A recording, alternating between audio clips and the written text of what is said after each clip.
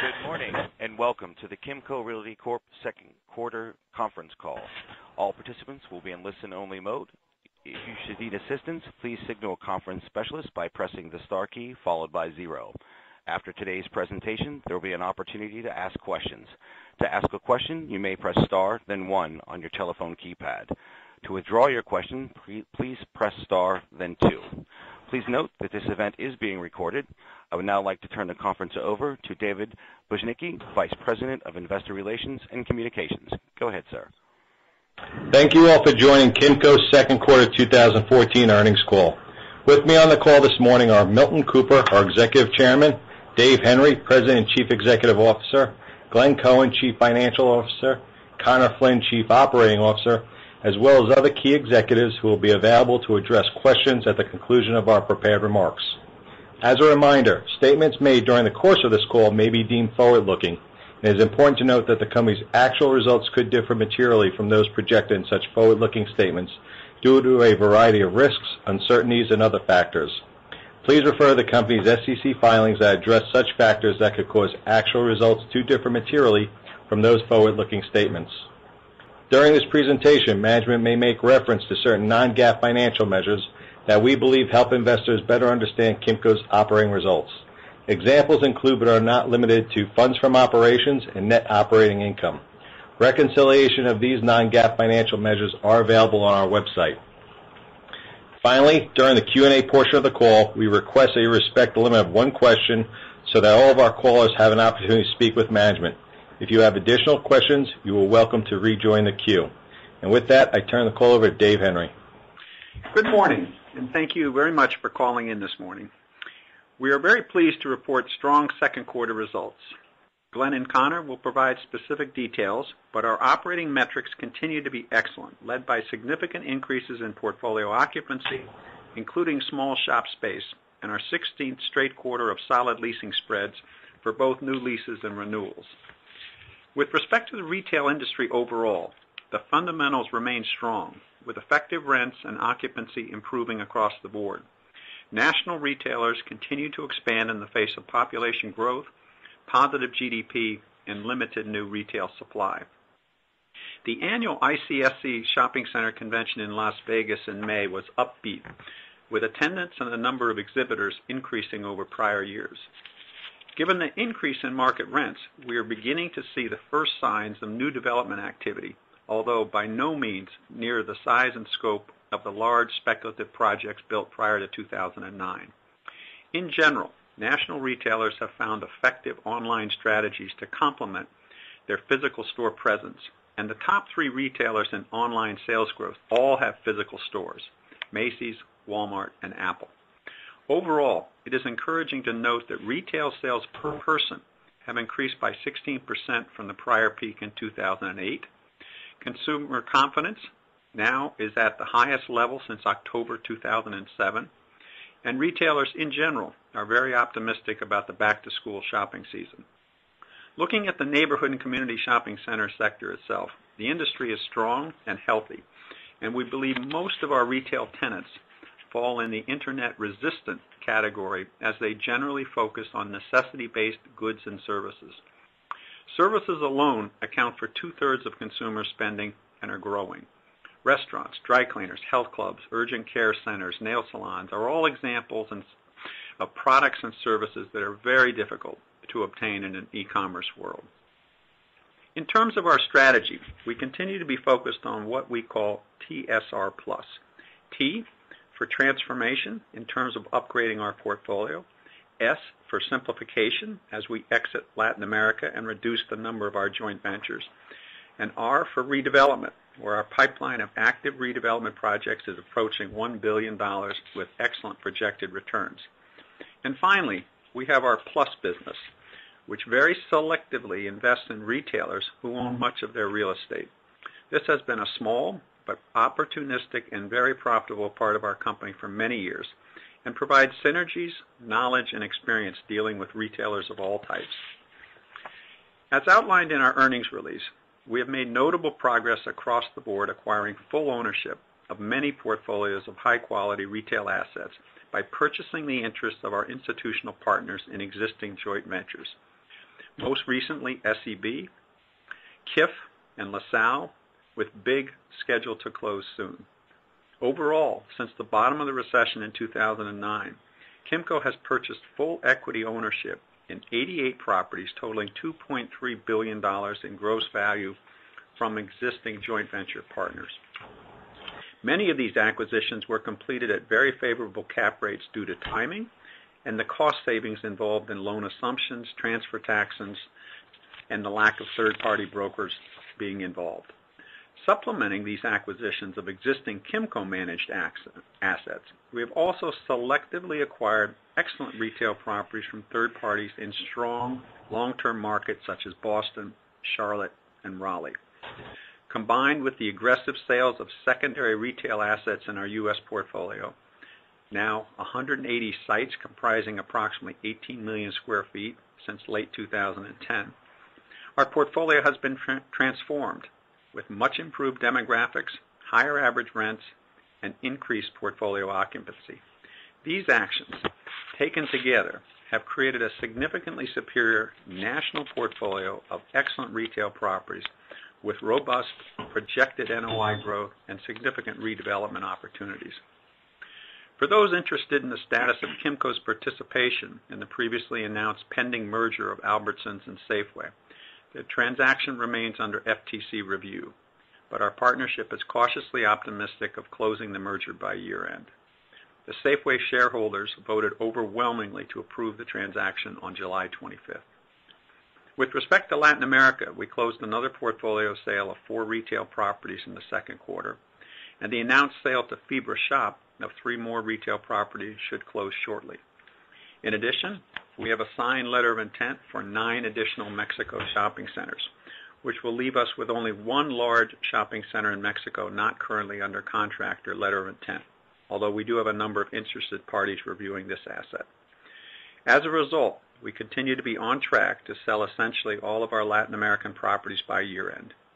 Fortunately, the market for Mexican REITs, known as FIBRAs, continues to be strong, with substantial demand for existing income property of all types. Looking quickly at Canada, our Canadian portfolio remains a strong and solid contributor to our earnings, notwithstanding the recent softness of the Canadian dollar. Our Canadian properties remain well occupied at 95.9%, with leasing spreads of 10.4% and same-site NOI growth of 3.6% before currency. There are also several significant redevelopment opportunities in the Canadian portfolio. And now, Glenn will outline our specific financial results for the quarter, to be followed by Connor's discussion of our portfolio results, and then Milton, as usual, will provide some high-level observations. Thanks, Dave, and good morning. Let me provide some detail on the results reported last night. As a reminder, we use the term FFO as adjusted to represent recurring FFO, which excludes transactional income and expense and non-operating impairments. Headline FFO represents the official NAREIT definition. FFO as adjusted per share was 35 cents for the second quarter, up from 34 cents last quarter and 35 cents a year ago. For the 6 months ended, FFO as adjusted per share was 69 cents as compared to 67 cents last year, a 3% increase. The key drivers of our second quarter FFO as adjusted performance were attributable to increased U.S. shopping center NOI of approximately $19 million from higher occupancy levels and increased rental rates, coupled with contributions from the significant acquisition activity completed. We also benefited from lower interest expense of $2.2 million as a result of the reduced borrowing costs on our recent debt issuances. These increases were reduced by the sales of the In-Town Suites investment and the American Industries portfolios last year, which contributed $11 million of FFO to the second quarter last year. In addition, NOI was reduced by $8.5 million from the sales of the assets in Mexico and Latin America. Headline FFO per share for the second quarter was 34 cents, which includes $2 million of transactional income associated with the gains on land sales and promotes earned on the disposition of preferred equity interests. Headline FFO also includes $4 million of transactional expenses related to acquisition costs and severance related to the wind down of our Latin America operations. The property operations team delivered strong operating results this quarter. U.S. occupancy reached 95%, up 30 basis points from last quarter and up 110 basis points from a year ago. This is the highest occupancy level in 5.5 years, and we believe we have room to improve it further. Combined occupancy now stands at 94.8%, up 30 basis points from last quarter and up 110 basis points from a year ago. Combined same-site NOI growth was 2.8% before the negative impact of currency of 80 basis points. Same-site NOI growth for the U.S. was 2.5%, in line with our internal forecast. We expect stronger same-site NOI growth levels for the third and fourth quarters based on the strong leasing and occupancy gains over the past year. We are maintaining our full-year guidance of same-site NOI growth in the range of 2.5% to 3.5%. We continue to acquire high-quality properties in denser, higher-income markets from third parties and our joint venture partners. Year-to-date, we've acquired 26 new properties for a gross price of $393 million, and the remaining interests in 25 properties from our joint venture partners valued at $777 million, including the recently closed SEB portfolio. We furthered our recycling program efforts with the disposition of 15 U.S. non-strategic properties for a gross sales price of $186 million during the quarter. We recognized non-FFO gains totaling $107.8 million during the quarter from property sales and the KIF portfolio transaction. In addition, as a result of our accelerated and shortened expected hold period, we reviewed book values of over 170 properties and took non-FFO impairments of $85.7 million on those assets where we believe the fair market value is less than the book value. Please keep in mind there are substantial non-FFO gains that will be realized upon the sale of the assets which were not written down. We are in the final phase of our exit of Latin America with under $400 million remaining after the completed sale Dave mentioned. We have a contract for the sale of 3 properties for $96 million, our share, which is expected to close shortly. In addition, we have an LOI for the sale of 9 more properties in Mexico for $167 million, and in negotiations to sell our last asset in Chile. As we have previously disclosed, under U.S. generally accepted accounting principles, not until a company substantially liquidates its investment in a foreign country can the impact of foreign currency translation gains or losses be recognized in earnings. As of June 30th, the unrealized loss due to currency associated with our Mexico and South American assets was $117 million. The final impact of currency will apply to the respective gains and losses on the sales of these operating properties and will not affect FFO at the time it is recognized. Our acquisition target range for the year is $1.1 billion to $1.2 billion, which has been substantially completed, and our disposition target range, including Mexico and South America sales, is $1.1 billion to $1.3 billion. We continue to keep our balance sheet metrics and liquidity position in excellent shape. Early in the second quarter, we issued a $500 million 7-year bond at a coupon of 3.2%, using the proceeds to repay higher coupon maturing mortgage debt and unsecured bonds. We ended the quarter with net debt to recurring EBITDA of 5.8 times in our target range of 5.5 to 6 times and fixed charge coverage of 3 times. Also, we have over $1.4 billion of immediate liquidity available to us through cash on hand and our revolving credit facility. With respect to guidance, we are reaffirming our 2014 guidance range of FFO as adjusted per share of $1.36 to $1.40, with a bias toward the midpoint of $1.38. The guidance range includes the dilutive impact from the acceleration of dispositions and the exit from Latin America, as well as the positive impact from the significant acquisition activity and refinancing savings.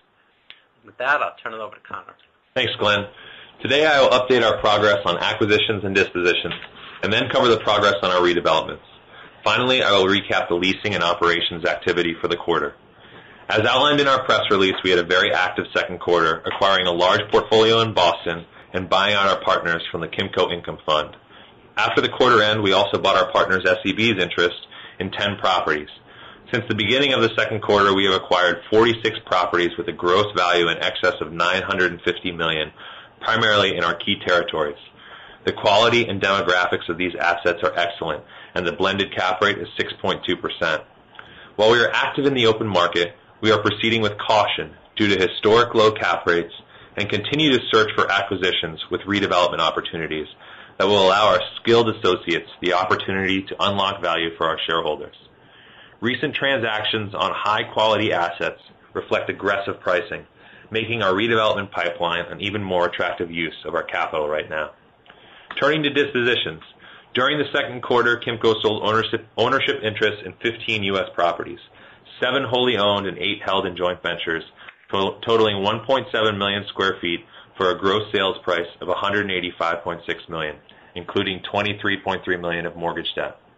The implied cap rate for these assets is a blended 7.4%, and the company's share of the proceeds from these sales is $121.5 million. Cap rates continue to compress across all quality levels as the thirst for yield has investors stepping out on the risk spectrum in search of places to put capital to work. I'm pleased with the pace of our dispositions so far this year, as we have sold 37 properties at a blended 7.8% cap rate and are taking advantage of the ideal market conditions to exit our non-core assets. In the first half of the year, we have been a net acquirer in the U.S., but we expect to be a net seller in the second half by completing the sale of multiple portfolios and individual assets that are currently under contract. We currently have 44 properties in the U.S. that are under contract, totaling approximately $325.8 million at an implied cap rate of 8.5%. We have prioritized the dispositions of our low-growth assets and our at-risk assets. An example of this during the quarter includes flat, long-term triple-net leases, 2 with Winn-Dixie in Louisiana and 1 with Costco at a center in Ogden, Utah, marking our exit from the state of Utah. Another example is a center we recently sold in West Palm Beach, Florida, that has a Kmart at above-market rents in a location where the retail node has shifted dramatically. Bidders on these properties include public and private REITs, pension funds, high-net-worth individuals, international and 1031 buyers. We are cautiously optimistic that our transformation to a Tier 1 portfolio will be substantially executed over the next year. Redevelopment projects enable us to optimize the operating performance of our core real estate holdings and continue to generate accretive returns on our invested capital. The strength of our real estate holdings provide us with an incredible opportunity to unlock value by understanding the highest and best use and delivering a superior product to fit the needs of the local community. Our redevelopment projects include multiple improvements that will create an environment that engages and focuses on the customer experience, which is critical in today's world. All of our redevelopment projects include a significant change to the footprint of the asset. Alongside adding density, redevelopments also include site upgrades that will reduce capital expenditures for many years to come. With a focus on sustainability and asset repositioning, we have improved site lighting with LED upgrades and gateway controls that have produced energy savings of 18%.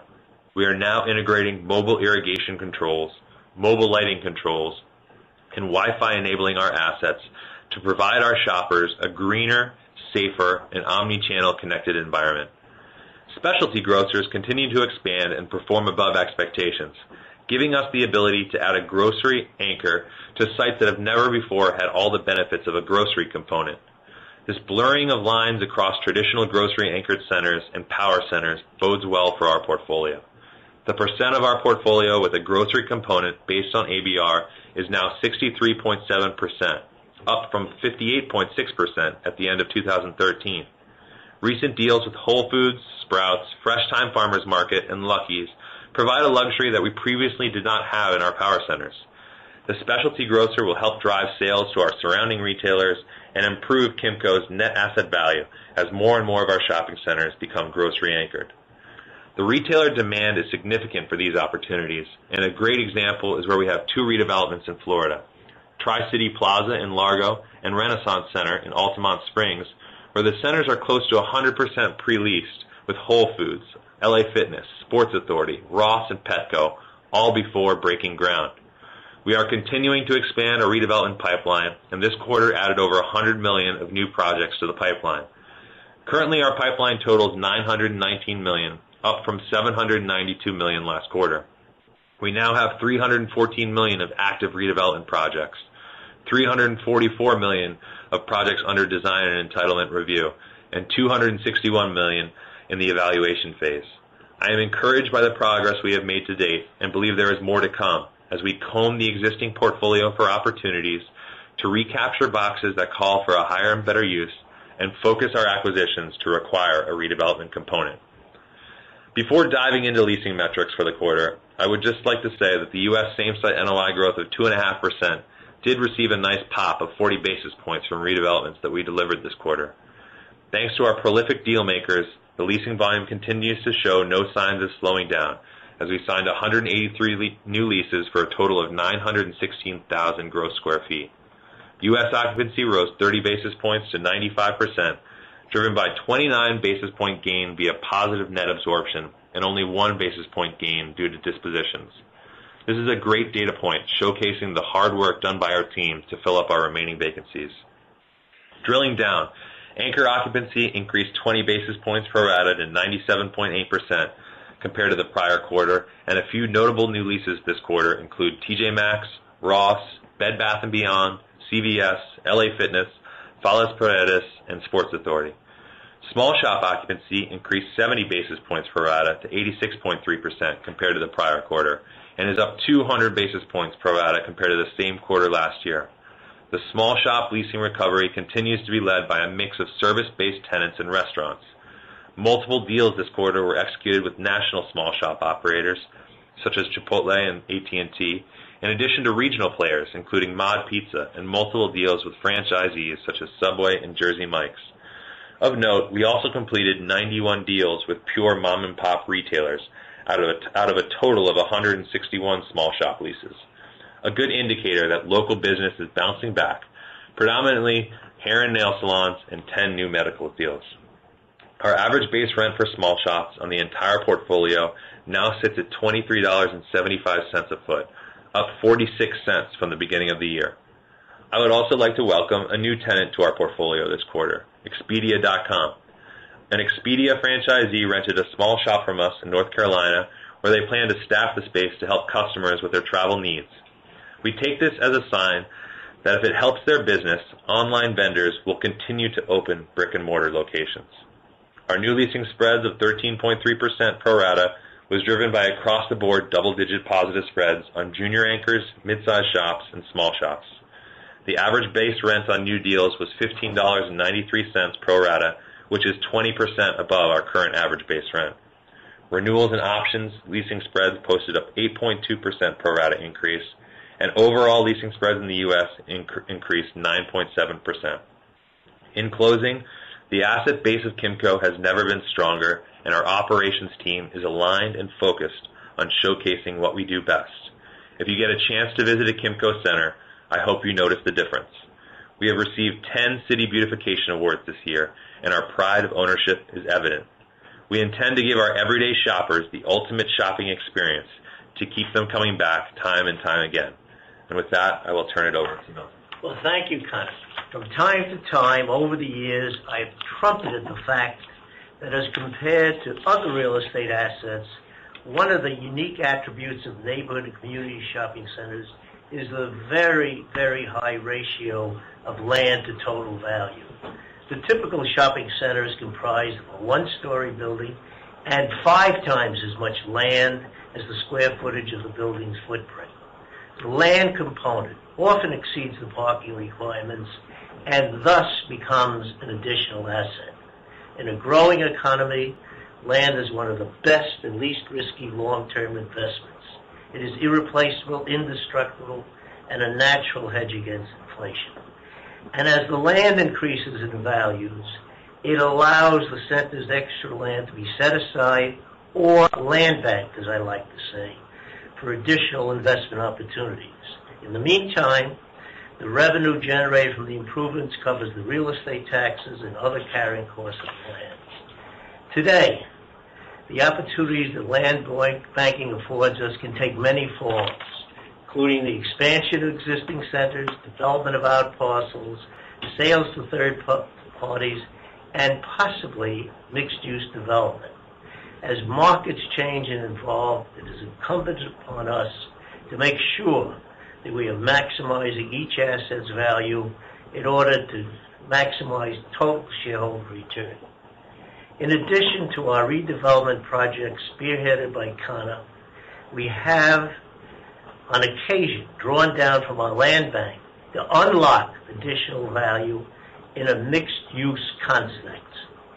Where the opportunities for mixed-use projects exist, we are careful to make sure that any non-retail component enhances the primary retail component. It is this synergy that increases the overall assets value. So, for example, in two quality centers in Washington, D.C. and Boca Raton, we are working with the best-in-class developers to build residential apartments on excess land that we believe will create more demand for our center's tenants and overall create a better asset for long term. Let me be specific. In Pentagon Plaza, just outside Washington, D.C., a 750 apartment project is under consideration.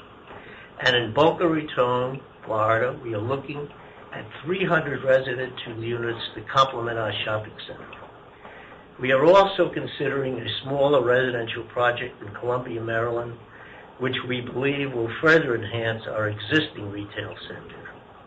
Now, in another instance, in the Bronx, in a shopping center that lies in the shadows of Yankee Stadium, adjacent to the Bronx County Courthouse, the Bronx Municipal Building, in one of the densest parts of New York City, we built with a partner on excess land that we own behind the retail center, a 5-story, 67,000 square foot office building. Our ability to unlock additional value in our current portfolio will play an important part in our future growth. And given the size of our portfolio and the length of ownership of many of our properties, some have been owned for more than 50 years, I am confident that we will continue to find value creation opportunities within our portfolio. And that, we'll be happy to take any questions. As Milton indicated, we're ready for the Q&A portion of the call.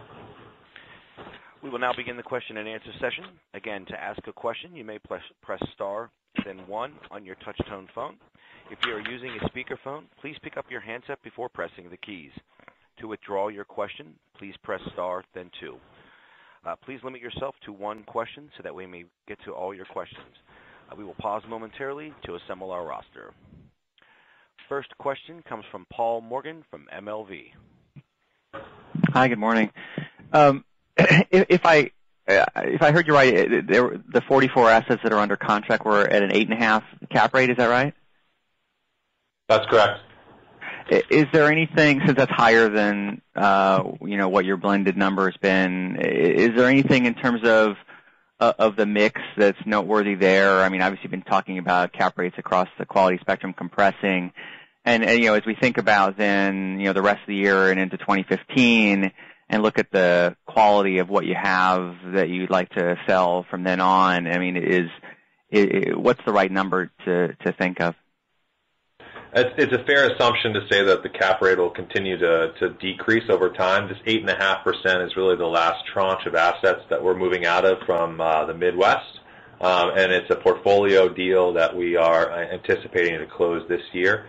And once that's completed, the assets that we will continue to look to dispose of will be at a lower cap rate. Thanks. Next question comes from Christy McElroy from Citi.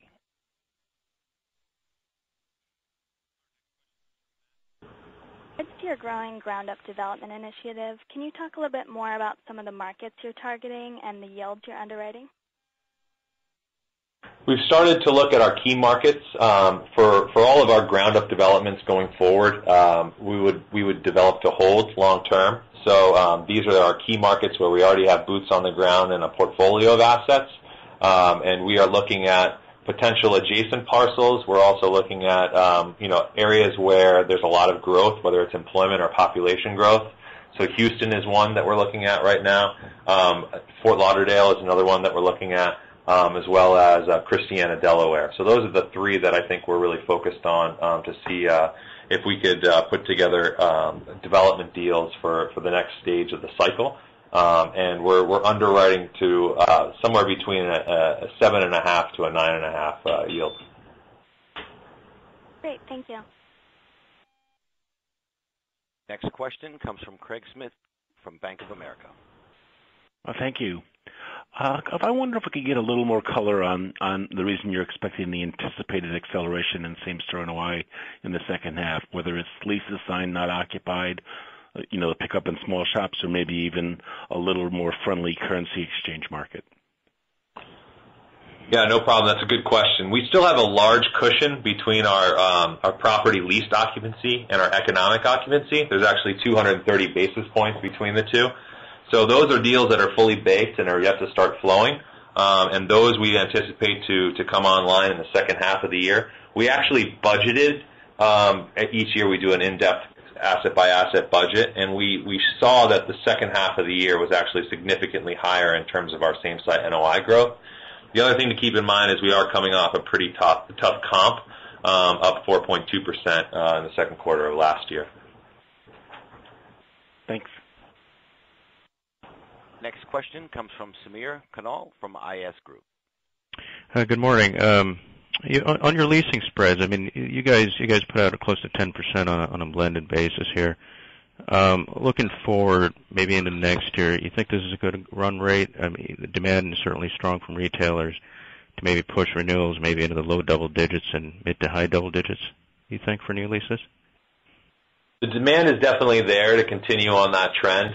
It will probably, spreads tend to be driven sometimes by one large deal, so you need to keep that in mind. But overall, because our portfolio is large, we do believe that our spreads will continue on that trend. The demand from retailers is not subsiding, and we continue to see really a good pipeline of new deals, not only on spaces we currently have vacant, but on spaces we plan to recapture. So I think that's a fair assumption. Okay, great. Thank you. Next question comes from Jason White from Green Street Advisors.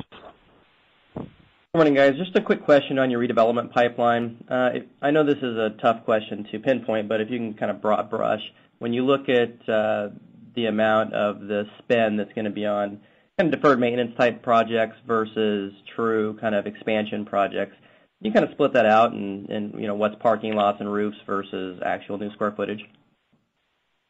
We can go in and give you more detail on that and break it out for you. Right now, the way that we look at our redevelopment projects, it's really all-encompassing. So if we have an old Kmart that we need to reposition and demolish, improving the parking lot, improving the site lighting, improving everything at the asset really goes into the redevelopment project. But if it's a smaller scale project where we're taking down only a portion of the asset and expanding it for a junior box, those are ones that really the majority of the costs go into the expansion of the box rather than more site improvements. But we can go into more detail there and break it out for you. Okay, thanks. Again, if you have a question, please press star, then 1 on your touch-tone phone. Next question comes from Ryan Peterson from Sandler O'Neill. Yeah, hi. Just one question for me. I wanted to ask, given the demand for large boxes and scarcity of that space, is it possible that the economics might start to make sense for you to deepen small shop space and create more big boxes? It's a good question. We actually have seen that be a trend that where junior boxes are actually stepping up their rents to be able to make the economics work. We have done it on a number of different sites where we combine small shops and expand out the back of the shopping center. TJ Maxx, Ross are the two that are probably the most active in that space because there's such a lack of new product and lack of supply. So there's definitely that occurring in our portfolio, and we're actually working on a number of those deals going forward as well. Okay, great. Thank you. Next question comes from Haendel St. Juste from Morgan Stanley. Hey, good morning out there. Good morning. So you've talked extensively about the captive acquisition opportunities with your existing JVs. So my question is on the cap rate spread differential between open market purchases and these JV opportunities. And understanding every deal is different. It looks like the Boston portfolio and open market deal was acquired at about a 6-ish flat yield, while the recent SEB JV was consummated at a high 6 yield. So wondering, should we view this as a representative spread? And then also, can you talk about potential disposition or redevelopment opportunities within both portfolios? Well, first of all, they vary widely over the past couple of years as we've been aggressively talking with our partners. Some of these deals are tougher negotiations than others, and the portfolios themselves are very different. You're right. It's quite a different spread differential between the SEB transaction and the Boston portfolio. In general, we believe there's around a 50 basis points difference if you take a look at them all together. And a lot of that savings is not necessarily a difference in just negotiating grade. It's the fact that there's a true win-win in these situations. There's generally not a third-party broker involved. There's generally much less transfer taxes involved. We're not talking about mortgage assumption fees. We have the right to do these things. These are very quick acquisitions. We don't have to do a lot of due diligence. We know these assets. We've been managing them. So it truly is a win-win in many cases here. And on the dispositions and redevelopment question, we will be selling 2 assets out of the Boston portfolio, 3 assets out of the SEB portfolio, and we've already completed 1 of 2 out of the KIF portfolio. And then on the redevelopment question, because we've been managing the SEB and KIF portfolios, we've worked over those assets pretty significantly, and the majority of our redevelopment potential comes from the Boston portfolio. There's a number of out parcels we actually have in the market right now to users, as well as some mixed-use components where we have to go through a lengthy entitlement process in Boston that we are optimistic about long-term and creating value there. Thank you. Next question comes from Ross Nussbaum from UBS Securities. Hi, good morning. Jeremy Metz here. Obviously, you guys are making some good progress in the small shop space. You mentioned a fair amount of leases with mom and pops this quarter. Can you just talk about where you see small shop occupancy going in the next 12 to 24 months? Does it get up to 90%? And then also what you think is helping drive a bit of the rebound in mom and pop leasing? It's a good question. I think in 24 months we should see it get to 90%. We do have a large pipeline of pending deals that will continue on this trend and the upward momentum. We've shifted our focus to the small shop space because we think that's really a large portion of our growth going forward. But we do see still growth involved in the junior anchors and the vacancies we have left there as well. So we do anticipate that'll continue. And we see the rebound in local businesses. It's pretty apparent in our key markets that the mom and pop has come back in a major way. Hair salons, nail salons, service-based industries, restaurants, family businesses have all come back to our shopping centers, and we anticipate that to continue as the economy strengthens. The housing market seems to continue to improve, and that should correlate to more small shop deals. I would just add that the community banking system has recovered fully now and are more aggressive about local lending. Most of these smaller businesses rely on the community banking system. So if you're a jewelry store or a local dry cleaner looking for a second, you really need that community banking system to be healthy, and it is now healthy, and those loans are going up and increasing. So that's helping.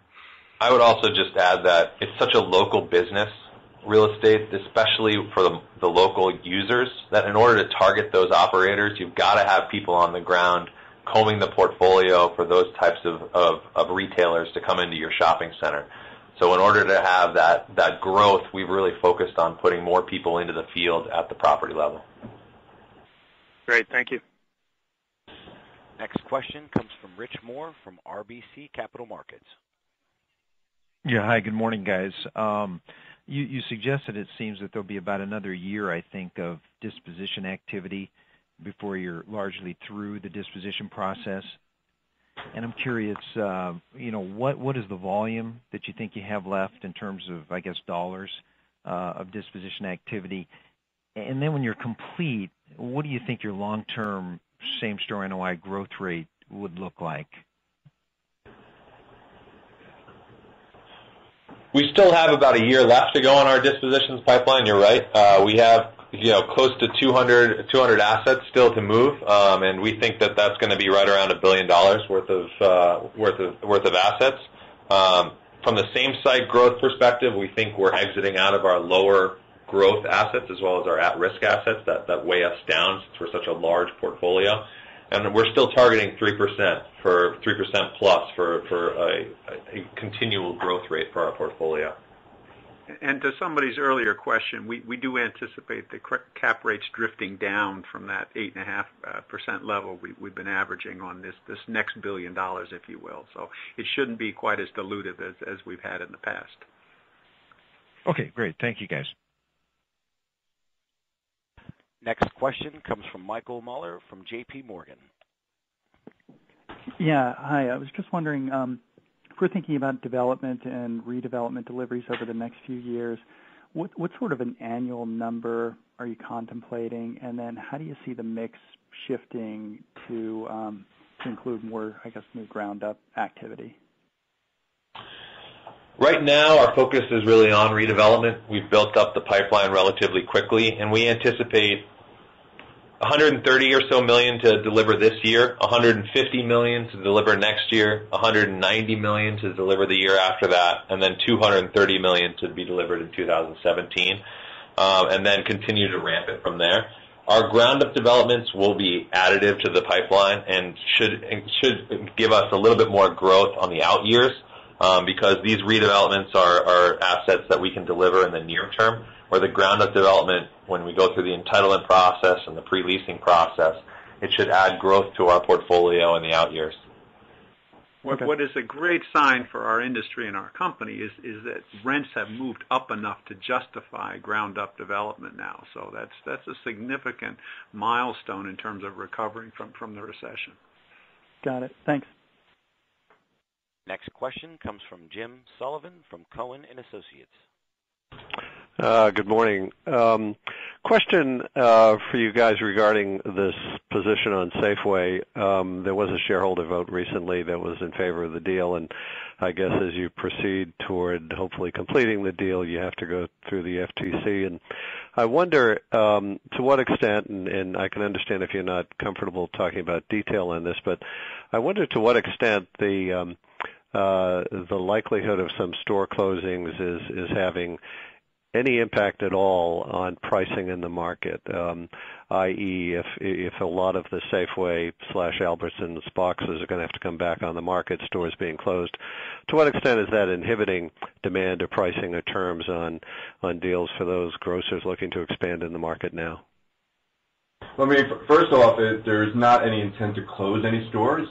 What we're working through with the FTC is whether stores have to be divested, and by that meaning that we have to find other operators that could continue the stores in operation post-closing, and in a sense to keep it a competitive marketplace. So to close a store and cease the operations would not make it competitive, it would only help ours. So the FTC is going to be looking for us to find other buyers that are qualified by the FTC to run these stores. And at this point, there's no planned store closings due to the merger of the companies.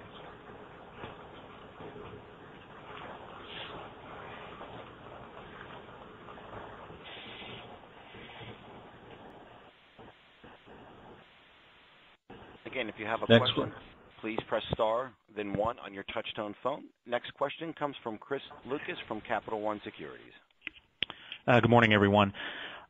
David, just a quick follow-up on the comments you made about development. When you think about the time frame over which this has happened, is that a recent phenomenon where rents have met the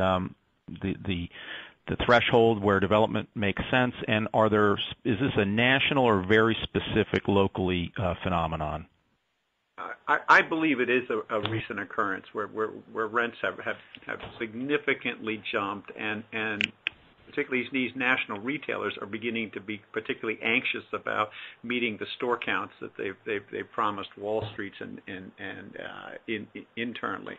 And I don't think it's related to any particular market. Obviously, there's stronger markets, and some of these primary markets we've talked about before are magnets for retailers. They're obviously looking for where there's job growth and good demographics and population growth is where these retailers want to expand. And I think Connor gave you a good range in terms of Houston, Florida, and New Jersey as being the three that we're looking at now.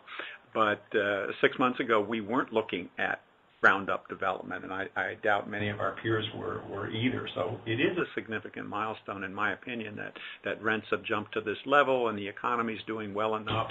And as I mentioned, consumer confidence being at an all-time high compared going all the way back to October of 2007. I mean, that all bodes well, I think.